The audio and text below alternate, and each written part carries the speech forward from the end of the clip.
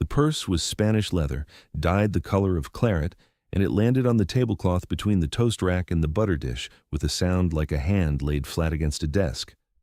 Not thrown. Placed. The Dowager Duchess of Worley had never thrown anything in her life. Thea looked at it the way one might look at a second fork laid at a setting that required only one, with mild interest briefly, before returning to her plate. 300 pounds, the Dowager said. She remained standing. She had not removed her pelisse. The visit, her posture announced, would not require sitting. Enough to establish yourself quietly. A cottage near Lyme or Bath if you prefer society. A modest annuity can be arranged through my solicitor once the separation is formalized. The breakfast room at Worley Court caught the morning from two directions. East-facing windows threw long rectangles of May sunlight across the floor, and the south bay held a cushioned seat where Thea sometimes read after the meal was cleared. At this hour the room was luminous, white linen, white china edged in cobalt, a crystal jug of water refracting small rainbows across the sideboard. The Dowager stood in the middle of all this brightness like a column of gray stone. Thea cut a triangle of toast in half. She did this with a precision that suggested the task required her full attention. She placed one half on the edge of her plate and lifted the other. "I have discussed the matter with Mr. Jessup," the Dowager continued. Mr. Jessup was her personal solicitor, separate from the family's man of law, and Thea had met him once, a thin person with excellent handwriting who had witnessed the marriage settlement without meeting anyone's eye. "The terms are generous, more than generous. They reflect my desire that this be done cleanly, without spectacle." Thea spread a thin layer of marmalade. The marmalade was Seville orange, made by Mrs. Curran's kitchen in January from fruit that arrived in wooden crates packed with straw. Thea had overseen the order herself. She remembered the scent of boiling peel filling the ground floor corridor, the way the kitchen girl's hands had been stained amber for days afterward. She had stood at the kitchen door watching the jars being sealed with wax, and Mrs. Curran had offered her a spoon to taste the first batch, and she had taken it, and it had been good. "You will understand," the Dowager said. And here, her voice acquired the particular quality it carried when she believed she was being reasonable, a tone both patient and faintly compressed, as though wisdom were being dispensed through a narrow opening. "That I do not say this from malice. I say it because the situation has become untenable." Thea bit into her toast. The situation, as the Dowager understood it, had been untenable since the morning Benedict had informed her of his intentions. That had been 19 months ago, January of the previous year, in the Dower House morning room, with frost on the windows and the fire not yet built up. He had come early before breakfast, which the Dowager should have recognized as significant, because Benedict did nothing before breakfast unless he considered it urgent. He had stood by the mantelpiece and said, "I have proposed to Miss Sedley, and she has accepted," and the Dowager had set down her teacup with a care that concealed everything beneath it, and said, which Miss Sedley, though she knew perfectly well which, because there was only one, because the Sedleys of Harrowden had produced a single daughter, brown-haired, gray-eyed, angular, the granddaughter of a country parson on her father's side, and of a minor baronet's younger son on her mother's, and the Dowager had spent the 3 months prior watching Benedict pay calls on that household with increasing frequency, and hoping it was the mother's piano he admired, and not the daughter's conversation. It was the daughter's conversation. Thea Sedley had met Benedict Langdale at the autumn assembly in North Allerton, where she had been standing near the window with a glass of ratafia she was not drinking, watching the dancing with an expression that Benedict later described to his steward Hollis as interested but unconvinced. He had asked her to dance. She had said, "I do not dance particularly well," which was true. He had said, "Neither do I," which was also true. They had danced anyway, badly, and he had called at Harrowden the following Tuesday, and the Tuesday after that, and by Christmas he had understood that what he felt in her company was not attraction. Attraction was simpler, quicker, less structural, but recognition. She thought the way he thought. She noticed the things he noticed. She asked the questions he had not yet formulated. When she disagreed with him, which was often, she did so with a precision that made him grateful rather than defensive, and this was so unusual in his experience of the world that he could not imagine returning to a life organized without it. The Dowager's opposition had moved through phases. First, Silence. At the wedding itself, held in the chapel at Worley Court on a morning of hard March sunlight, where the Dowager had sat in the front pew and spoken to no one and departed before the breakfast. Then formality, correct, impeccable, and so cold it burned. She addressed Thea as Your Grace, with a scrupulousness that made the title sound borrowed. She attended dinners when required, sat in the drawing room when expected, and answered direct questions with a brevity that was itself a form of speech. She never raised her voice. She never needed to. The silence was louder. Then came the whisper campaign. Thea learned of it in pieces, from Mrs. Curran, who heard it from the Dower House cook, who heard it from the Dowager's lady's maid. The Dowager had written to Lady Colborne, to the Countess of Pemberton, to her sister in Berkshire. The letters were carefully worded. They did not defame. They expressed concern. They mentioned the Sedley family's modest circumstances. They noted with regret that the young Duchess lacked the connections one might wish for. They deployed the phrase, "I am sure she is very good," which in the Dowager's vocabulary meant the opposite of good, and everyone who read it understood this. Thea knew about the letters. She said nothing. Benedict knew about the letters. He said nothing to Thea, and something brief and furious to his mother, and the letters stopped. The whisper campaign did not. It simply moved from paper to parlor, from ink to inflection, and the Dowager's drawing room became a place where Thea's name was spoken with a particular emphasis that communicated everything the letters had contained. Through all of this, Thea managed the house. She consulted with Hollis on drainage. She reviewed the tenant rolls with a diligence that surprised him and a memory that astounded him. She oversaw the kitchen, the linen, the candles, the coal orders, the quarterly accounts. She visited the sick in the parish with Mrs. Curran, carrying broth and blankets in the gig, and she sat with old Mrs. Jessup, no relation to the Dowager's solicitor, for 2 hours while the woman died, holding her hand and reading aloud from a book of Psalms because Mrs. Jessup's daughter was in York and could not come. She did these things not to prove anything. She did them because they needed doing, and because she was capable of doing them, and because competence to Thea was not a performance but a condition, the way breathing was a condition, or seeing. And now the Dowager had placed a purse on the table. £300. The final escalation. The step beyond whispers and silence and cold formality into something transactional and bare. Buy her out. Remove her. Make her disappear, as though 14 months of marriage and competence and quiet transformation of the household could be undone with gold coins in a cottage near Lyme. Thea finished her toast. She reached for the water jug and poured herself a glass. Then she picked up the purse. The Dowager's chin lifted a fraction, a movement so small it might have been involuntary, and set it on the table between them. Not pushed back, not tossed. Set down, the way one sets down a book one does not intend to read, with a care that makes the disinterest worse. "The eggs are very good this morning," Thea said. "Will you sit?"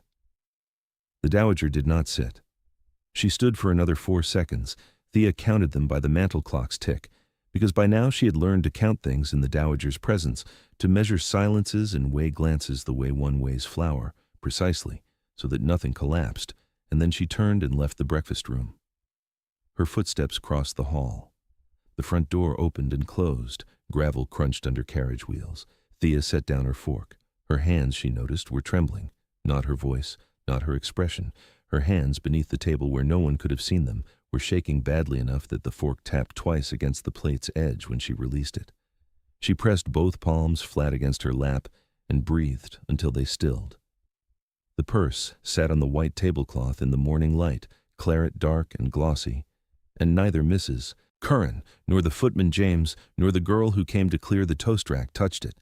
They moved around it the way water moves around a stone in a stream, naturally, without comment, as though it had always been there. Benedict found it at 10:30. He had been riding since 7, a habit formed in the years after his father's death, when the estate had required more attention than his education had prepared him to give, and the saddle had become the one place where the ledgers could not follow. He came into the breakfast room smelling of hoarse and cold air. His riding coat darkened at the shoulders with dew, and he saw the purse before he saw anything else. He did not pick it up. He stood in the doorway looking at it the way a man looks at a document he already knows the contents of, and then he looked at Mrs. Curran, who was replacing the coffee urn. "Her Grace was here," Mrs. Curran said. She meant the elder, Her Grace. She did not elaborate. She did not need to. "How long?" "A quarter of an hour, Your Grace, perhaps less." "And the Duchess?" "In the morning room. She asked for fresh tea at 10. Benedict crossed to the table. He picked up the purse. He could feel the weight of coin through the leather, not banknotes, which would have been lighter and more discreet, but gold, which was heavier and more deliberate. His mother had chosen gold because gold made a sound when it landed, because gold was physical in a way that paper was not, because she wanted the weight of the offer to be felt in the hand. He opened the drawstring and looked inside. He closed it again. He left the breakfast room without eating. He rode to the Dower house, which sat a mile and a half across the park, stone-fronted and ivy-clad and smaller than its occupant believed she deserved, and he found his mother in the morning room with her correspondence spread across the writing desk like evidence. "I will say this once," Benedict said. He had not sat. He had not been invited to sit. "If you approach her again, with money, with terms, with solicitors, with conditions of any kind, I will close this house. I will remove the staff. I will settle your income at the legal minimum the marriage settlement requires, and not a shilling beyond it. And I will do it quietly, so that no one in society knows why, only that it has been done." The Dowager set down her pen. "You are speaking from emotion." "I'm speaking from clarity. She has made you believe she is more than she is, Benedict. A country parson's granddaughter. Her mother was adequate, I grant you. The Sedleys were respectable, but adequate is not sufficient for what this family requires." "What this family requires," Benedict said, "is precisely what she has given it. Competence, composure, a household that functions, tenants who are heard. Do not confuse what you want with what is needed. I want the continuation of a name. Then you should be grateful. She has given you that, too." He meant the pregnancy, which was early, 2 months, perhaps 10 weeks, and which Thea had told him 3 days before, in their bedchamber, with the curtains open and the evening light catching the copper in her hair. She had told him simply, without ceremony, and his response had been to take her hand and hold it for a long time without speaking, because the words that came to him were all inadequate, and he had learned, from her, that silence could carry what language could not. The Dowager did not know. She would not know for weeks yet, until the quickening made discretion impossible, and by then the ground between them would have shifted in ways she could not reverse. Benedict left the Dower house. He did not tell Thea what he had said. This was both instinct and error, the withholding, the management of her situation without her knowledge, and he would come to understand it only when she told him, months later, that protection offered without consultation was just another kind of purse laid on a table. The words struck him like cold water, not because they were unkind, but because they were exact, and after that he did not shield her from anything without asking first. But that lesson was ahead of him. For now he rode home through the park, past the lake where the willows were just beginning to green, past the south meadow where the tenant children were flying a kite made from brown paper and hazel sticks, past the walled garden where the first roses of the year were opening in colors his mother would have been able to name, and he could not. The estate was beautiful in May. He had known this abstractly for years, had seen it in the ledgers as value, in the surveys as acreage. But Thea had taught him to see it as a thing that was alive, a thing that required not just management, but attention, the way a marriage required not just fidelity, but presence. He had been faithful. He was learning to be present. He found his wife in the morning room reading a treatise on the rotation of root crops, because Thea read everything and retained most of it and had, in 14 months of marriage, come to understand the estate's tendencies better than the steward Hollis, who had served the family for 19 years and did not resent this because she had never once made him feel supplanted. She had simply asked questions, remembered the answers, and followed up. Hollis had told Mrs. Curran in the servants' hall that the new Duchess reminded him of good drainage. You did not notice it until you saw what happened without it. Thea looked up when Benedict entered. She saw the mud on his boots, the set of his jaw, the way his gloves were crushed in his left hand rather than drawn off properly. She understood that he had been to the Dower house. She did not ask what had been said.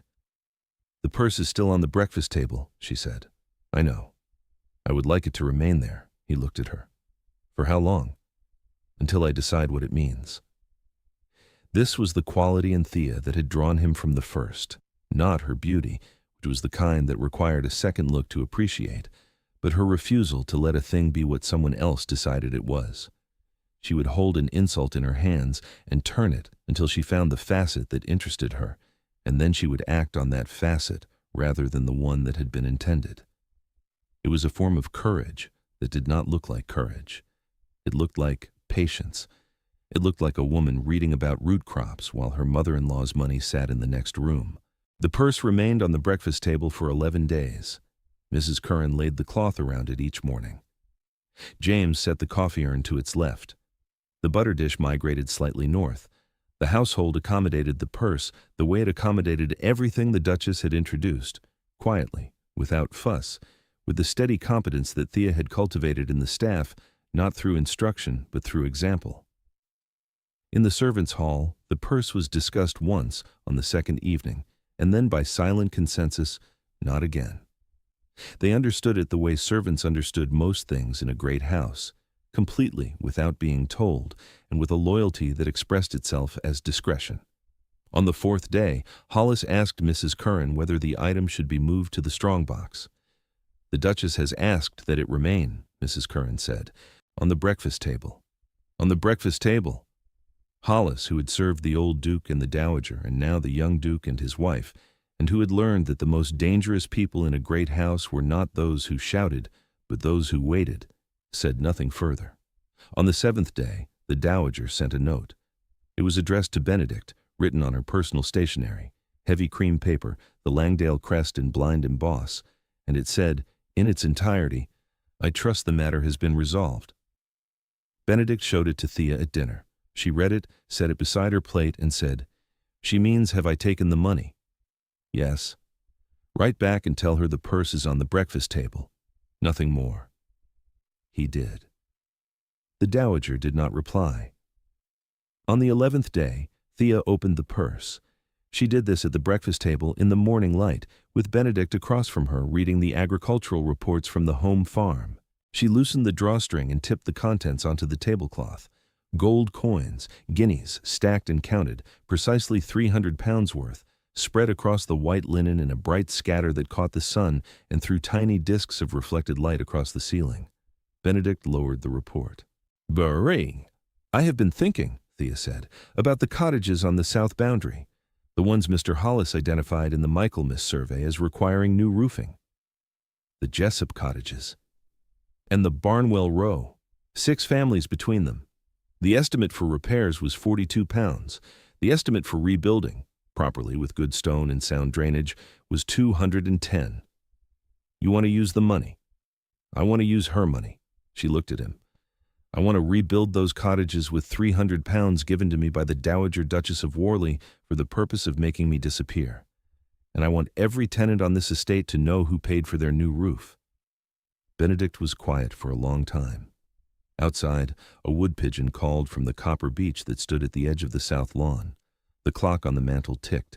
Mrs. Curran, who had entered with fresh toast and heard enough to understand what was happening, set the rack down and withdrew without a sound. "She will be furious," Benedict said. "She will be credited," Thea replied. "Publicly, generously, the Dowager Duchess's endowment for the welfare of the Worley tenantry. Mr. Hollis will oversee the work. The families will be told that their benefactress is the Dowager herself, acting from a concern for the estate that mirrors her late husband's commitment to the land." That is not what she intended. No, but it is what the money will do. It was, Benedict realized, the most complete response to an insult he had ever witnessed. Not refusal, not return. Transformation. The purse that was meant to erase her would instead inscribe her, or rather, inscribe the Dowager's name on an act of generosity the Dowager had never intended to perform. The tenants would be grateful. The county would admire it, and the Dowager would be unable to object without explaining what the money had actually been for. The rebuilding began in June. Hollis engaged a mason from Alnwick and a carpenter from the village. and the work proceeded through the summer with the efficiency that characterized everything Hollis touched when given clear instruction and adequate funds. The Jessup family, a widow with 4 children, the eldest a boy of 12 who helped in the dairy, were moved to temporary quarters in the old laundry while their cottage was rebuilt. Thea visited on the second day to bring linens for the children's beds, and Mrs. Jessup, the widow, not the solicitor's possible relation, had taken Thea's hand and held it and said nothing, because the gesture was sufficient, and Thea had understood this. She visited the site twice weekly after that, arriving in the gig with Mrs. Curran, who had begun accompanying the Duchess on estate rounds not from duty, but from a particular attachment she would have denied if asked, and which expressed itself as a refusal to let anyone else pack the gig's hamper. The cottages rose through July and August, good gray stone, lime-washed inside, with hearths deep enough to burn peat and coal together, and chimneys that drew properly for the first time in the memory of anyone living in them. Each cottage received a new door, oak, with iron hardware forged in the estate smithy. The drainage, Thea had been specific about the drainage, and Hollis had smiled privately at the specificity, because of course she had, ran into a new culvert that emptied cleanly into the beck below the south field. The Dowager learned of the endowment in August, when Lady Colborne mentioned it at a dinner in Harrogate. "Your mother-in-law's cottages," Lady Colborne said to Benedict, with the particular warmth that society reserved for acts of charity, it found surprising. How generous of her! One does not always expect such attention to tenants from a woman of her generation. Benedict smiled.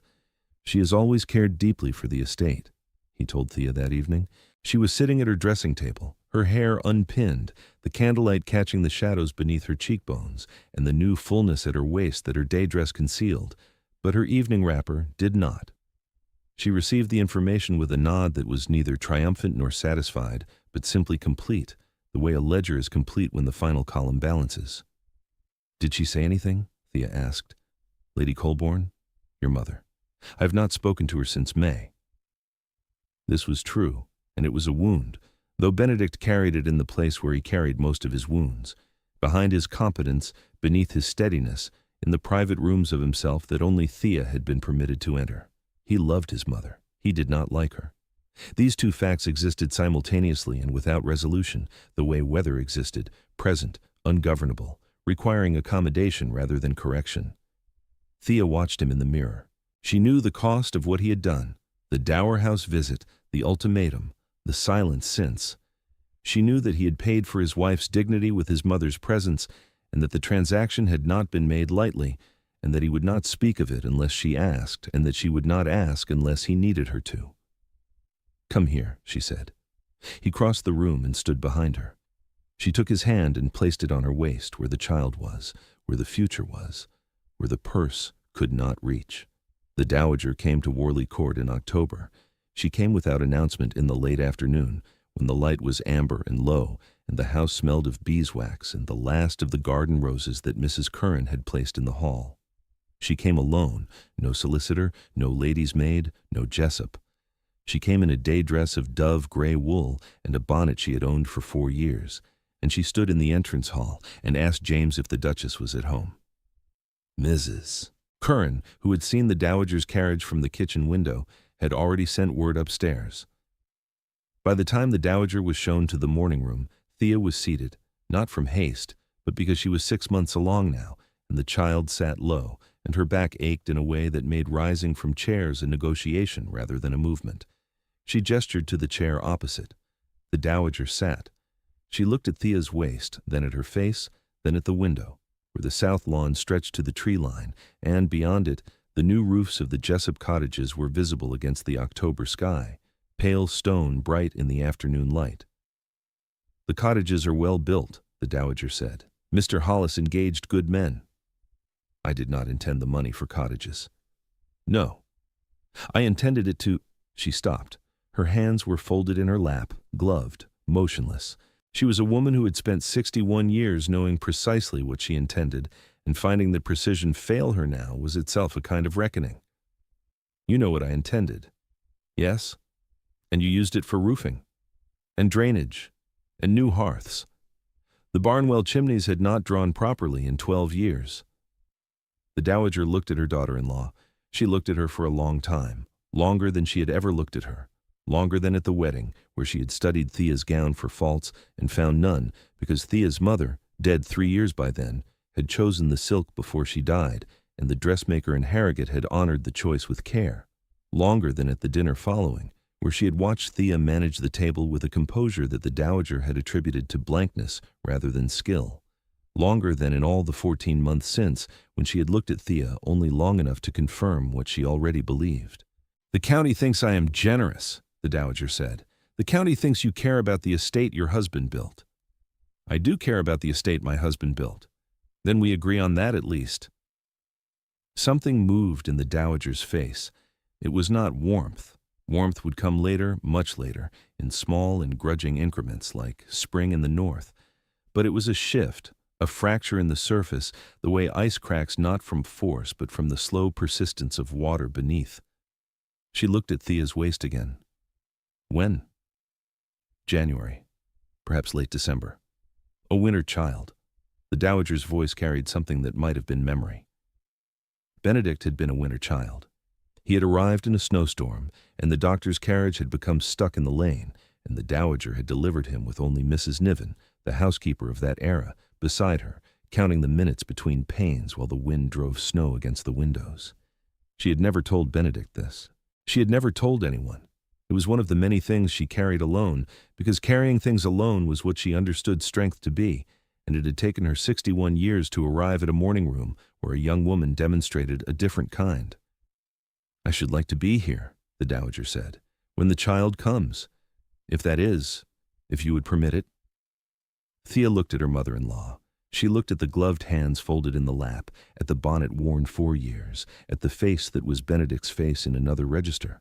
The same jaw, the same gray-blue eyes, the same tendency to hold the mouth firm when the feelings beneath it were not.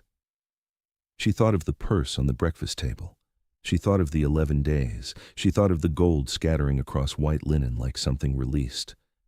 "I would welcome it," Thea said. The Dowager left before dinner. She did not embrace Thea. She did not apologize. She was not, and would never be, a woman who apologized. And Thea, who understood this, did not require it. What she required, what she had always required, from the first morning she had arrived at Worley Court as a bride and found the Dowager's silence waiting for her like weather, was acknowledgment, not of her worth, of her presence, of the fact that she was here and staying, and that the breakfast table was hers now.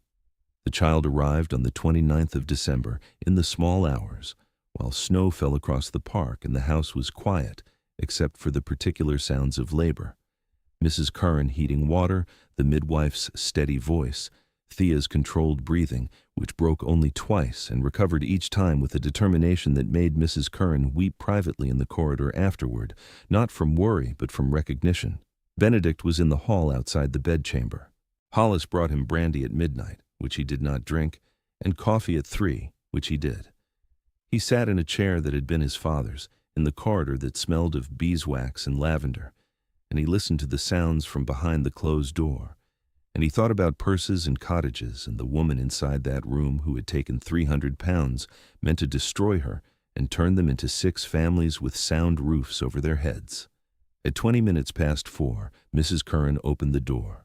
Her eyes were red. Her cap was crooked. She was smiling. "A son, Your Grace." The Dowager arrived the following afternoon. She brought a christening gown, Belgian lace yellowed with age, wrapped in tissue paper that smelled of lavender and cedar. It had been Benedict's. Before that, his father's. Before that, his grandfather's, who had been the first duke and who had built the east wing of the house and the south wall of the garden and the library where Thea sometimes sat, reading about drainage and crop rotation and the responsibilities of land. She placed it on the bed beside Thea and the child, and she said, "His name?" "George," Thea said, "after your husband." The Dowager's hand went to her mouth. It stayed there for 3 seconds. Thea counted, because she still counted things in the Dowager's presence, though the habit had lost its vigilance and become something closer to tenderness. And then she lowered it and looked at her grandson, who was sleeping with the absolute commitment to sleep that only the newly born possess. "He has the Langdale jaw," she said. "He has his father's appetite," Thea said. "He has not stopped eating since he arrived." The Dowager made a sound. It might have been a laugh. It was small and unpracticed and over quickly, but it was there, and Mrs. Curran heard it from the doorway, and Hollis heard about it from Mrs. Curran that evening, and neither of them mentioned it again, because some things in a great house were too fragile to survive repetition. It was not reconciliation. It was not forgiveness. It was the beginning of a corridor that both women would walk for years, slowly, with setbacks and silences, and occasional returns to the formal coldness that was the Dowager's native climate. But the corridor existed now. It had a direction. It had been paid for. 300 pounds in gold, converted to stone and mortar and sound chimneys, converted again into something that had no price and no drawstring and could not be set on a table and refused. On the first anniversary of the breakfast, Thea came downstairs to find a single rose from the Dower House garden on her plate. No card, no note. She did not need one. She sat down, spread her napkin, and ate her eggs. They arrive here, like a purse set down, and left to speak for itself whenever they are ready.